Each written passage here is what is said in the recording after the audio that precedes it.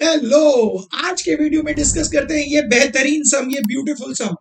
Okay, मेरी भाषा में जब मैं ब्यूटीफुल सम बोलता हूँ तो आपको पता है बहुत इंटरेस्टिंग सम होता है। यस, ये बहुत इंटरेस्टिंग सम है और बहुत इजी सम है जो आप खुद कर सकते हो। अभी तो आप कॉन्फिडेंट हो ना। ये नॉन टेक्सुअल सम है, ये आपके महाराष्ट्र स्टेट बोर्ड के ज्योमेट्री बुक में नहीं है, बाहर का सम है। बट आप बोलोगे आप कोई भी बाहर का सम दे दीजिए, हम बहुत कॉन्फिडेंट हम कर सकते हैं, बिकॉज इससे पहले कि हमने वीडियोस देखे हैं तो हमें अप्रोच पता है, प्रोसेस पता है। अगर वो वीडियोस नहीं देखे जरूर देखना, उसका लिंक मैंने डिस्क्रिप्शन में दिया हुआ है। ओके, तो चलिए सबसे पहले हम देख लेते हैं सम में और फिगर में दिया क्या है। इस फिगर में दिया हुआ है that measure of angle B A C is equal to 90 degree. ये एंगल 90 डिग्री है, दैट मींस ये बड़ा राइट एंगल ट्राइंगल है, ऐसा दिया है। आगे दिया है DE is perpendicular to A B. Okay, BF is perpendicular to side AC. Okay, AD is perpendicular to side BC. Okay, इतना इंफॉर्मेशन दिया है और हमें प्रूफ करना है। और याद रखिए, मैंने हमेशा कहा है जब भी टू प्रूफ सम होगा तो हमेशा टू प्रूफ को देखिए ध्यान से, वो बहुत इंपॉर्टेंट है। तो हम उसके पास जाते हैं। चलिए, क्या प्रूफ करना है? Area of quadrilateral AEDF is equal to under root of AE into EB into AF into FC। ये ऐसा प्रूफ करना है। तो अभी आपने टू प्रूफ देखा, टेंशन में आ गए, अब ये प्रूफ करें कैसे? मैंने कहा हमेशा प्रोसेस फॉलो कीजिए। Very good. पहले चलिए लेफ्ट हैंड साइड देखते हैं। लेफ्ट हैंड साइड में क्या? Area of quadrilateral AEDF। Okay, AEDF इसका एरिया फाइंड करना है।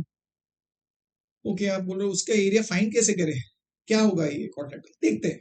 तो चलिए काम करते हैं, राइट हैंड साइड पे आ जाइए। राइट हैंड साइड आप बोलोगे वो तो और कॉम्प्लिकेटेड दिख रहा है, चलिए देखते हैं।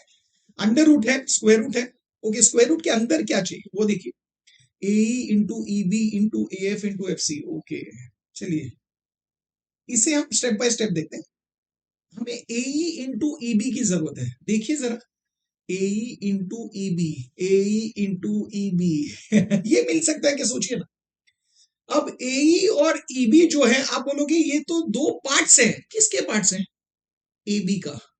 और अगर आप AB देखो तो आप बोलोगे AB जो है ये हाइपोटेन्यूज है? कौन से राइट एंगल ट्राइंगल के लिए, चेक कीजिए। तो आप बोलोगे ट्राइंगल एडीबी के लिए वेरी गुड। अब इस ट्राइंगल में, ये राइट एंगल ट्राइंगल है ना, बिकॉज हमें पता है एंगल एडीबी 90 है। इस राइट एंगल ट्राइंगल में उस vertex of the right angle से एक परपेंडिकुलर ड्रॉ किया गया है डीई ऑन द हाइपोटेन्यूज, और उससे ये दो पार्ट्स बने हैं हाइपोटेन्यूज के। और हमें वो हाइपोटेन्यूज के जो दो पार्ट्स हैं उनका प्रोडक्ट चाहिए। हाइपोटेन्यूज के दो पार्ट्स का प्रोडक्ट कभी मिलता है? हम बोलोगे हाँ मिलता है ना, थियरम ऑफ ज्योमेट्रिक मीन्स है। Very good. मतलब हमें ए इंटू बी लाने के लिए theorem of geometric mean use करना होगा।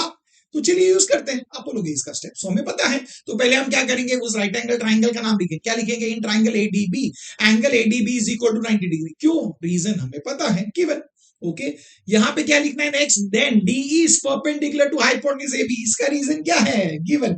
इससे हमें क्या मिलेगा? इससे हमें मिलेगा कि D square is equal to AE into EB। ये हमें मिल गया और इसका रीजन है थियरम ऑफ ज्योमेट्रिक मीन, और ये है हमारा रिजल्ट नंबर 1। Wow, super. तो आपने कहा AE इंटू EB मिल गया, result number 1, super, very good. तो चलिए अभी AF इंटू FC, आप बोलोगे अब मेरा कॉन्फिडेंस बढ़ा है, बिकॉज अभी आपको समझ ही गया होगा AF इंटू FC की जरूरत है। AF और FC जो है ये दो पार्ट्स है, कौन से? हाइपोटेन्यूज के। AC हाइपोटेन्यूज है ना, किसके लिए? ट्राइंगल ADC, इस राइट एंगल ट्राइंगल के लिए। तो वहां पे यूज करते हैं। चलिए theorem of geometric mean steps लिखिए। In triangle ADC, angle ADC is equal to 90 degree. Right, तो हम क्या लिखेंगे? उसका रीजन क्या है? गिवन। तो हमें क्या मिलेगा? DF is perpendicular to hypotenuse AC, इसका रीजन है गिवन। तो हमें क्या मिलेगा? हमें मिलेगा यहाँ पे DF square is equal to AF into FC। Super. और ये है हमारा रिजल्ट नंबर 2। इसका रीजन है थियरम ऑफ ज्योमेट्रिक में।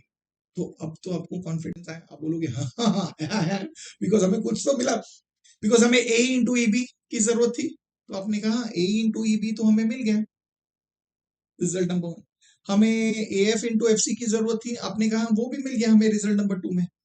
बट आप बोलोगे हमें AF इंटू FC और AE इंटू EB को मल्टीप्लाई करना है। एक है रिजल्ट नंबर 1 में, दूसरा है रिजल्ट नंबर 2 में, इनको मल्टीप्लाई करना है। मतलब क्या करना है? Multiplying both the statement, multiplying 1 and 2। तो अब दो स्टेटमेंट्स को जब मल्टीप्लाई करें मतलब क्या? Left hand side multiply, right hand side multiply. तो चलिए मल्टीप्लाई कीजिए, तो क्या मिलेगा, D square into D F square is equal to A into E B into A F into F C. Super. तो आप बोलोगे वाओ, राइट हैंड साइड में हमें A into E B into A F into F C की जरूरत ही मिल गया। But आप बोलोगे राइट हैंड साइड में ये जो प्रोडक्ट है हमें चाहिए, इसका जरूरत है, बट ये स्क्वायर रूट के अंदर होना चाहिए, मतलब इन शॉर्ट हमें स्क्वायर रूट चाहिए। अब left hand side right hand side है, हमें राइट हैंड साइड की स्क्वायर रूट की जरूरत है, मतलब आप बोलोगे क्या करोगे, taking square roots.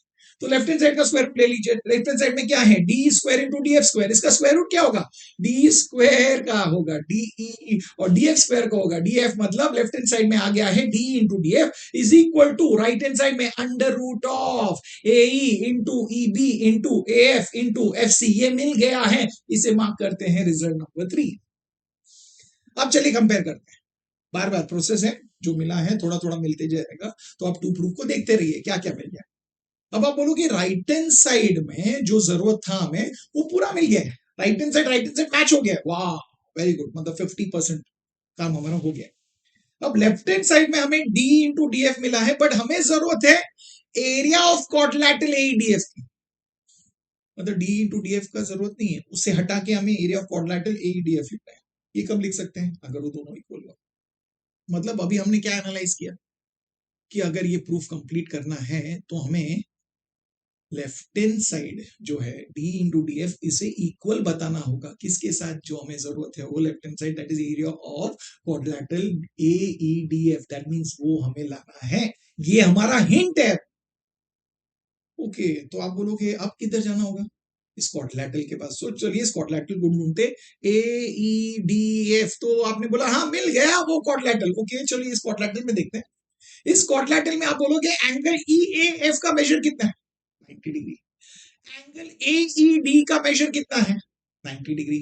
Angle A F D का मेजर कितना है, 90 डिग्री। क्यों, दिया हुआ है। अब मुझे बताइए अगर एक क्वाड्रिलेटरल में 3 एंगल्स का मेजर 90 है, तो चौथे एंगल का जो रिमेनिंग एंगल है, जो बचा हुआ एंगल है, उसका मेजर कितना होगा। अब बोलोगे वो भी 90 डिग्री है, लिख लीजिए 90 डिग्री। अगर चारों एंगल्स 90 डिग्री है तो ये क्वाड्रिलेटरल क्या बन जाएगा, it's a rectangle. Superb, reason होगा बाय डेफिनेशन, बिकॉज ये रेक्टेंगल का डेफिनेशन है, अगर सब एंगल्स 90 है तो बन जाता है रेक्टेंगल। सुपर, हो गया। अब मुझे बताइए रेक्टेंगल है और हमें इस क्वाड्रिलेटरल का एरिया निकालना है।